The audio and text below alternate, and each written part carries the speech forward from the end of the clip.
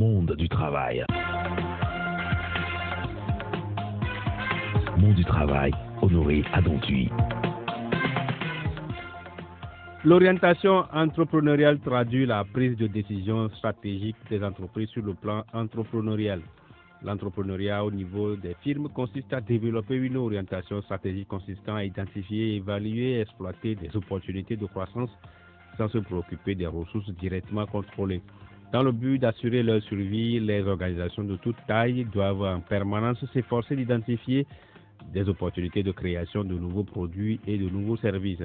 Les entreprises s'organisent dans ce sens en conséquence pour faciliter le développement de ces processus stratégiques et pour en améliorer l'efficience. Le concept d'orientation entrepreneuriale s'inscrit donc dans cette perspective et propose 5 dimensions pour caractériser et tester le comportement entrepreneurial d'une firme, à savoir la propension à innover, la prise de risque, la proactivité, l'agressivité compétitive et l'autonomie de l'action. Où et quand commence l'orientation entrepreneuriale? Elon Bosso, il est coach formateur, directeur de I2BTP, est notre invité dans Monde du Travail. Bonsoir et bienvenue. Au cœur de Lomé, une grande radio. Pyramide FM. Pyramide FM. Elon Bosso, bonsoir. Bonsoir Honoré, bonsoir aux auditeurs, aux auditrices de Pyramide. Ça fait un moment. Oui, c'est vraiment, ça fait un moment. Comment allez-vous? Ça va. J'espère que tout se passe bien au niveau de I2BTP. Ça va. On rend grâce à Dieu. Aujourd'hui, nous allons parler beaucoup plus de l'orientation entrepreneuriale. Vous savez que vous êtes en plein dedans, dans plusieurs secteurs d'activité, mais bien avant, les vacances, comment ça se passe chez vous? La vie d'un entrepreneur pendant les vacances, c'est quoi? Ou les enfants de l'entrepreneur deviennent quoi? Ils l'accompagnent dans ses services? Généralement, un entrepreneur n'a pas de vacances. Ah, mais il n'y a pas de congé non plus. Normalement, nous devons avoir des moments de repos, mais un entrepreneur n'a généralement pas le temps.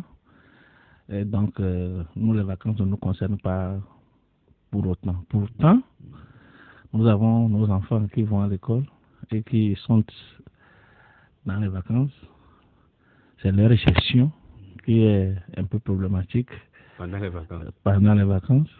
Mais nous qui avons la chance de découvrir l'entrepreneuriat, c'est bien fait. Nous arrivons quand même à inculquer ces notions à nos enfants dès le bas âge, c'est-à-dire dans les vacances comme ça. Vous savez que moi j'ai 3 garçons, le plus petit a 7 ans et le plus âgé a 14 ans, le cadet a 10 ans. Et donc dans ces vacances, le plus grand fait la cuisine dans un restaurant, le second lui fait l'informatique. Et franchement, c'est même depuis ces 2 dernières semaines, c'est lui qui les frappe. Ce matin, même à 4h30, on a travaillé jusqu'à 6h avant que je ne quitte la maison.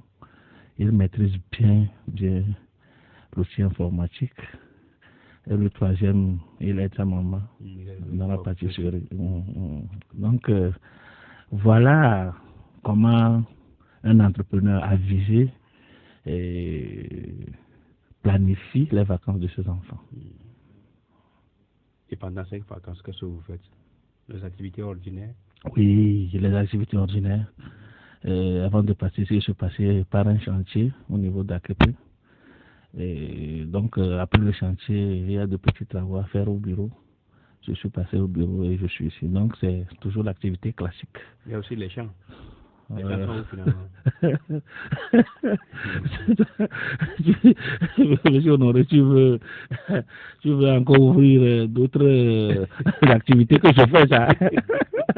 Oui, je sais que vous allez au champ, vous l'avez dit à plusieurs reprises. Oui. La terre ne trompe pas. Oui. Qui voulait même. C'est ça, oui. C'est vrai, lorsque je rentrais dans le studio, quelqu'un m'appelait, on parlait. Au rédacteur. Oui, c'est à propos du chant. Et j'ai fait une expérience avec un maïs hybride cette année qui m'a donné un rendement spectaculaire. Et donc, je suis en train de conseiller ça aux gens. C'est un maïs qui a produit, malgré que c'est cher, parce que le kilo est à 3500 francs. D'emblée, quelqu'un prendre un maïs à 3500 francs, c'est cher, quoi. Ça peut prendre pratiquement 3 bols en temps normal.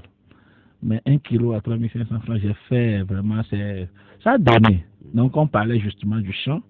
Et aujourd'hui, même on a commencé la récolte de mes maïs. Demain, ils vont terminer si tout va bien. Cela veut dire que nous sommes à Lomé, nous n'avons pas du temps, on court de gauche à droite, on a des problèmes à résoudre, mais nous sacrifions un temps pour d'autres activités parallèles, histoire de nous décharger financièrement, un temps soit peu des fardeaux financiers à Lomé. Ça suppose qu'il faut avoir plusieurs activités, comme vous l'avez dit. Il faut toujours avoir, oui. J'ai toujours dit que quand tu as une activité, tu n'existes pas. Tu es dans le coma. Ah. Toi, tu t'en sors bon là, mal, mais 4-5, tu vis. Oui, c'est ça. Et les gens ne comprennent pas. Mais avec le temps, ça va changer. Parce qu'aujourd'hui, l'Afrique, entre guillemets, en train d'être réveillée. Et dès que l'Afrique sera bien réveillée, la seconde phase, c'est le travail. Aujourd'hui, jusqu'au jour d'aujourd'hui, l'Africain ne travaille pas assez. Oui. Donc, donc après, il y a un éveil. Et cet éveil-là doit être accompagné de réformes. Et donc, nous qui sommes clairvoyants, nous voyons qu'avec le temps, l'Afrique va décoller économiquement. Et donc, nous devons avoir des bases, des coups de franche pour pouvoir s'harmoniser avec les donnes futures de l'Afrique. L'orientation entrepreneuriale, c'est le thème de l'émission du jour avec Lomboso, je le disais. Il est coach, formateur et directeur de I2BTP. Il porte plusieurs casquettes, vous l'avez constaté à travers le petit briefing qu'il vient de nous faire. Aujourd'hui, il va partager avec nous ses expériences et c'est dans la thématique de l'orientation entrepreneuriale. Et Lomboso, qu'est-ce qu'on peut comprendre par orientation entrepreneuriale? Et on nous a montré, ou bien on nous a appris, que s'orienter, c'est rechercher la direction que l'on veut suivre. Et donc l'orientation, c'est la recherche permanente des issues heureuses. C'est la recherche permanente des solutions auxquelles on est confronté journalièrement. C'est la recherche permanente de gagner sa vie. Et donc, un entrepreneur qui ne s'oriente pas perd. C'est comme un navire qui n'a pas de boussole. Un navire en pleine mer qui n'a pas de boussole va se perdre. Et donc, un entrepreneur doit s'orienter. Et au-delà de l'entrepreneur, toute association, toute société, c'est-à-dire que doit s'orienter. Donc, il est fondamental aujourd'hui que les entreprises, les entrepreneurs s'orientent. S'orienter, c'est s'informer. S'informer. Il faut bien s'informer. Nous nous informons, mais nous informons très mal. Mais quand on est dans l'orientation, tu cherches la bonne information. Puisque quand tu as la bonne information, tu as la bonne décision et tu as une bonne résolution. Donc, l'orientation suppose la recherche permanente aux solutions de l'heure. Maintenant, après avoir eu la bonne information, il faut se faire former.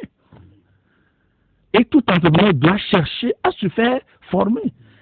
Aujourd'hui, quand on a 100 000 francs, on croit qu'on a fini la vie. Donc, on ne cherche pas à se former. Alors qu'en entrepreneuriat, la formation est permanente. On ne peut jamais se cesser d'apprendre.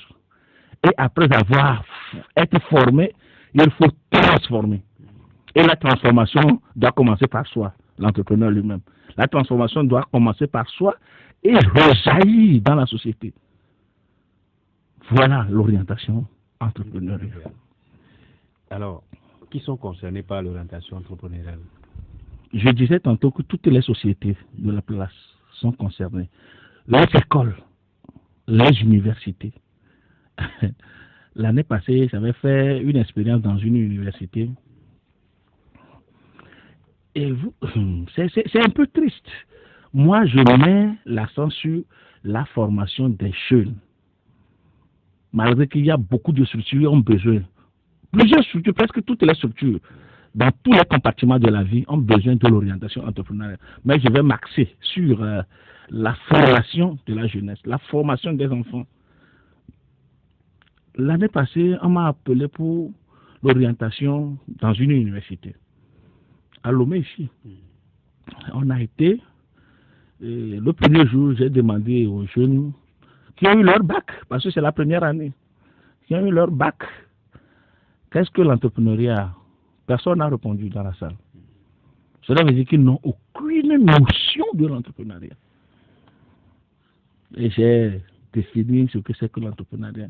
Le fait de créer par son imagination une activité rentable, pouvant nourrir son homme et aider les autres. Et après 3 heures, 4 heures d'exposé, les enfants ont applaudi. Maintenant, je leur ai donné un devoir de maison. Je les ai demandé entre-temps, en venant là, qu'est-ce que tu as pu constater comme débouché, comme travail que tu peux exercer sur le chemin en venant à l'université aujourd'hui? Qu'est-ce que tu peux constater et que tu peux transformer en argent liquide? Ils ont dit non, rien trouvé. Et je leur donnais l'exercice de maison à faire. Que demain, il faut que tout le monde cherche en venant le domaine par lequel il peut exceller et trouver de l'argent. Parce que n'oublions pas que, j'ai souvent dit ça ici, que la base de la prospérité est la recherche des solutions à des problèmes dans son environnement immédiat, que ce soit familial, professionnel, estudiantin, tout ça là. La résolution à ces problèmes en vue de gagner de l'argent, monnaie sonnante et trébuchante. Et le lendemain, les jeunes sont venus avec des projets. Monsieur Honoré, ça coupait le souffle. Cela veut dire qu'en tout état de cause, si on mettait en avant cette histoire de l'entrepreneuriat sur les bancs, on dit que le Togo serait transformé.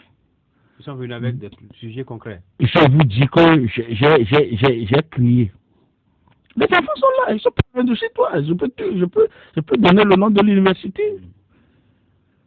La directrice des études a dit que vraiment, monsieur Long, on a vraiment manqué beaucoup de choses à nos enfants.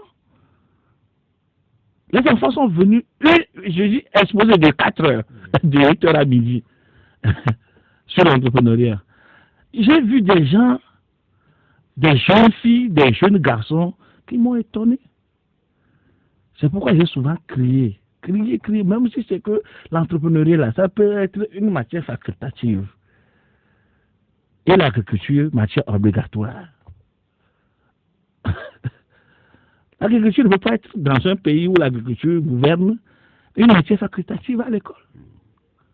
On peut même faire du temps enseigne que si les enfants se découvrent par leur méthode entrepreneuriale, c'est-à-dire que deviennent et sachent ce qu'ils peuvent devenir, on leur donne l'opportunité de s'investir dans ces domaines porteurs. Moi, je ne comprends pas, je ne sais pas pourquoi les gens ne comprennent pas ça. Donc, c'est vous dire que il n'y a pas un âge figé pour commencer l'entrepreneuriat. Je parlais tantôt de mes enfants. C'est-à-dire que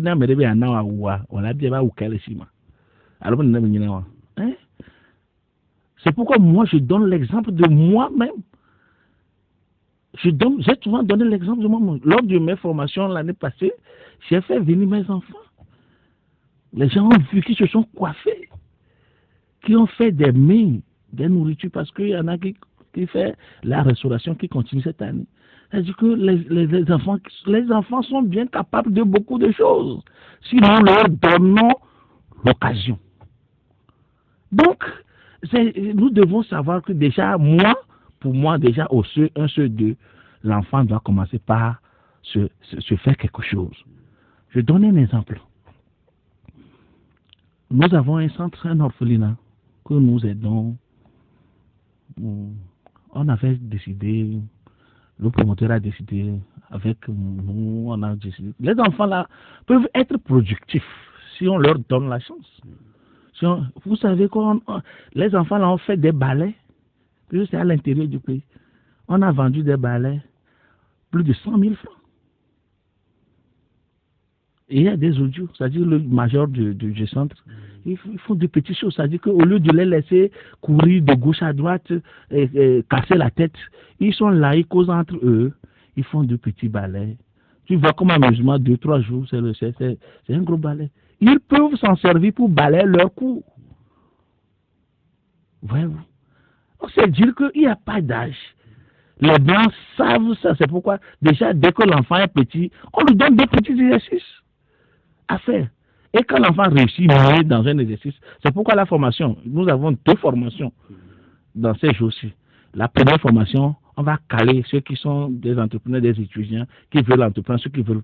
La seconde formation, c'est pour les jeunes, les enfants, les lycéens, les collégiens. Et c'est là où on fait l'examen psychopédagogique aux enfants.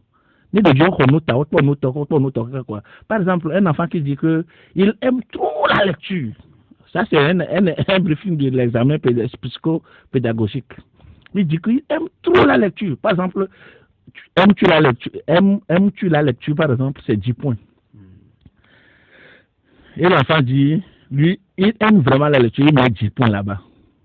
Maintenant, à la suite de l'examen, on dit, tu as lu combien de romans? Il dit qu'il n'a pas lu de roman. Cela veut dire que la personne n'aime pas la lecture. C'est-à-dire que ce sont 2 petits examens, mais qui élèvent le niveau de l'enfant, qui l'éveillent. C'est un déclic en fait. Voyez-vous? Donc, nous allons concentrer notre temps sur l'examen psychopédagogique des collégiens lors de la prochaine formation. C'est ici le moment d'appeler les parents. Quand ton enfant a déjà 12 ans, il est trop grand pour t'élever. Il est trop grand pour faire des miracles autour de toi. Souvent, nous négligeons les enfants. On dit que c'est un enfant, il n'est pas grand. Alors que l'enfant là est plus intelligent que le père. Donc vous confirmez que les élèves, les tout petits, sont concernés par l'orientation entrepreneuriale? Je vous dis que c'est la base même. À supposer que, par exemple, moi j'ai découvert l'entrepreneuriat il n'y a même pas 10 ans. Hein. Voyez-vous? À supposer que moi j'ai découvert ça depuis mon enfance. À supposer que depuis ce 1, on me disait que avant chaque trimestre, on te pose qu'est-ce que tu aimes faire dans ta vie, par exemple. Cette même question revient chaque année.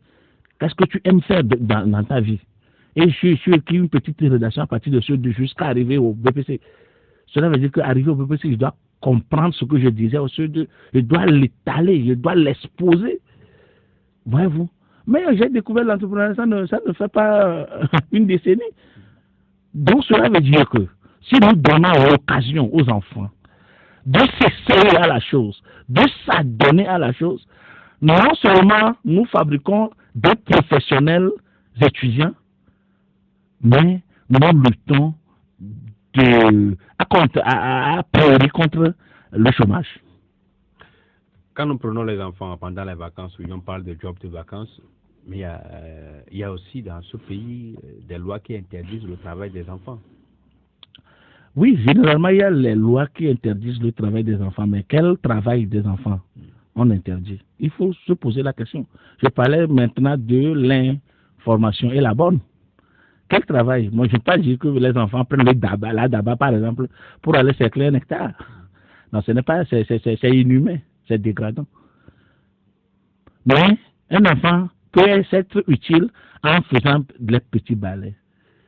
Vous voyez, non? Tu vois, je suis sidéré que dans la maison où il y a 2-3 garçons, dans la maison, hein, à Guadi tout là. Et c'est papa qui doit le faire. Et c'est maman qui doit le faire. C'est ahurissant. C'est-à-dire que nous devions assumer. Où il va accuser il va accuser l'autre. Paresseux. Et là, il y a la, il y a la loi dans tout. Toi qui balayes le salon là, tu nettoies les meubles là. Si tu ne le fais pas, tu as des problèmes. Toi qui balayes sur la cour là, si tu ne le fais pas, tu ne nettoies pas le garage. Mais c'est un grand problème que tu as. Maintenant, conduit. Devant les autres, oui, pourquoi tu n'as pas fait ton travail? Et tu dois t'expliquer. Donc, on a dit. Donc, toi, tu es là pour que moi, je puisse, avec ma body. Et l'enfant sait en même temps qu'il a un devoir vis-à-vis de ses parents. Mais on prend les enfants comme des miroirs. Oh, je ne sais pas comment on va faire ça. Je ne sais pas comment on va faire ça. L'État, quoi? L'État fait. Mais quand l'enfant là a des problèmes demain, tu ne verras personne à faire quelque chose à nos enfants. Ils sont très utiles, très intelligents. C'est Guy Monda qui avait écrit dans La Marmite de Kokambala que les enfants, les jeunes, sont bien capables de beaucoup de choses si nous leur donnons l'occasion. C'est parce qu'on ne leur donne pas des occasions. On ne sait pas leur utilité. Donc il faut qu'on donne l'occasion aux enfants de s'essayer, de faire quelque chose, surtout avec la main. Parce qu'un entrepreneur, c'est celui qui fait mouvoir sa main, c'est celui qui sait transformer l'idée en action. C'est ça. Donc nous devons donner l'opportunité et l'occasion à nos enfants de s'essayer à tout, presque tout dans la vie. Parce qu'on ne sait jamais. Et généralement, ces parents-là qui font ça là, ce sont des parents qui ont souffert, qui font 10 km avant de puiser de l'eau, qui reviennent de l'école, aller dans le champ de manioc, déterrer le manioc, faire la tête avant d'aller à l'école 5 km après-midi. Mais ces parents-là refusent à ce que les enfants travaillent. Mais c'est une aberration qui ne dit pas ça, non. Et nous avons fabriqué des paresseux, des petits paresseux, dans le coin de maison, dans le coin de rue. On a parlé, où les filles gommées. Ils sont là, dans le UFI. Et quelle est la société du délai que nous voulons créer? Mais c'est ça qui nous fait, c'est ça qui nous donne de la peur. Parce que c'est un danger permanent. C'est un cas social. Donc il faut que nous transformions notre éducation. Notre éducation doit être transformée. Le temps de dire que récite-moi la leçon, tout ça là, c'est révolu. Nous ne sommes pas dans ce temps-là. Aujourd'hui, nous avons des smartphones. Aujourd'hui, nous avons des fusées. Aujourd'hui, nous avons des centrales nucléaires. Aujourd'hui, nous avons des barrages hydroélectriques. Aujourd'hui, nous avons des centrales solaires. Et on parle, on dit aux enfants de réciter encore des leçons. Là, vraiment venu du Nord. Il y a un problème. Nous avons des problèmes. C'est la culture générale aussi non plus. Il ne faut pas aussi bourrer la tête avec les nouvelles technologies. Qu'est-ce qu'on fait? Est-ce qu'on a débuté à apprendre à nos enfants au Togo le début de la nouvelle technologie? Montre-moi là où on fait le bic au Togo. Montre-moi là où on fait le bic. Moi, je vais pas parler des Android, je vais pas parler de chargeurs, je vais parler de clim. Non. Mais le bic, où est-ce qu'on fait le bic au Togo? Il y a un problème. On va peut-être les envoyer dans les imprimeries où on fabrique les cahiers. Ah bon? Tu vois les cahiers qu'on fabrique au Togo? Ou bien tu n'as jamais vu la fabrication des cahiers togolais et les cahiers importés? C'est le jour et la nuit. Cela veut dire que ce que moi je veux dire simplement, je ne veux pas minimiser quelqu'un. Ce que je sais est que aujourd'hui, nous devons apprendre à faire quelque chose à nos enfants. Déjà au CE1, l'enfant a son CPD là. Il a la notion basique de ce qu'il peut faire de sa main. Au BPC, il sait que, quel que soit le cas, même si ses parents meurent, il peut s'en sortir. Au bac, là, l'enfant est un entrepreneur averti. Et celui qui a ça, là, ne va pas écrire chez l'honneur. C'est la honte. Chez l'honneur, là. C'est la véritable honte. De par le passé, oui, quand on parle des vacances, les enfants sont occupés à faire les petits jobs. Mais on a tendance également, comme vous le dites, vous l'insinuez également, c'est des choses qui disparaissent au fur et à mesure de nos jours. Les parents ont peur d'envoyer leurs enfants dehors, parce que là aussi, il y a une question de sécurité. Sécurité, c'est ça, mais quoi? Sécurité pour les enfants. Ça veut dire quoi? Vos enfants ne sortent pas. Quand il s'agit de faire la fête à la plage, il y a la sécurité. Ou bien, quand il s'agit de faire des sorties de dimanche, de beaux habits, mais pourquoi les parents ne vont pas accompagner les enfants à s'exercer à quelque chose? Quand tu veux que ton enfant cercle la cour du dehors, là, il faut être avec lui, non? Si on ne le fait pas bien, montre-le que c'est comme ça, on le cercle. Mais pour des sorties, on est là, il y a la sécurité. Mais quand la formation devient le caractère, transformer le caractère de l'enfant, on dit qu'il y a l'insécurité. Où est l'insécurité? Il y a l'insécurité ici. Il y a des pays qui connaissent ce qu'on appelle l'insécurité. Aujourd'hui, grâce à Dieu, nous sommes en sécurité. Nous devons donner la notion de valeur aux enfants. Un enfant qui a la notion de valeur, qui s'identifie, qui se connaît. Tout le monde son la Godiva Baba et nous 10 km de toi. Quand tout ce que nous disons là, c'est réuni en enfant. Donc tu es rassuré que quand tu lui dis d'aller à 10 mètres, il va aller à 10 mètres. Tu n'as même pas besoin de le surveiller. Tu n'as pas besoin de le surveiller. C'est une question de culture. Comme on a raté ça, on craint que l'enfant là aussi va, comme on sait contourner les choses, on croit que l'enfant aussi, c'est ça. Et on a permanemment peur. Alors que celui qui n'ose pas n'a rien.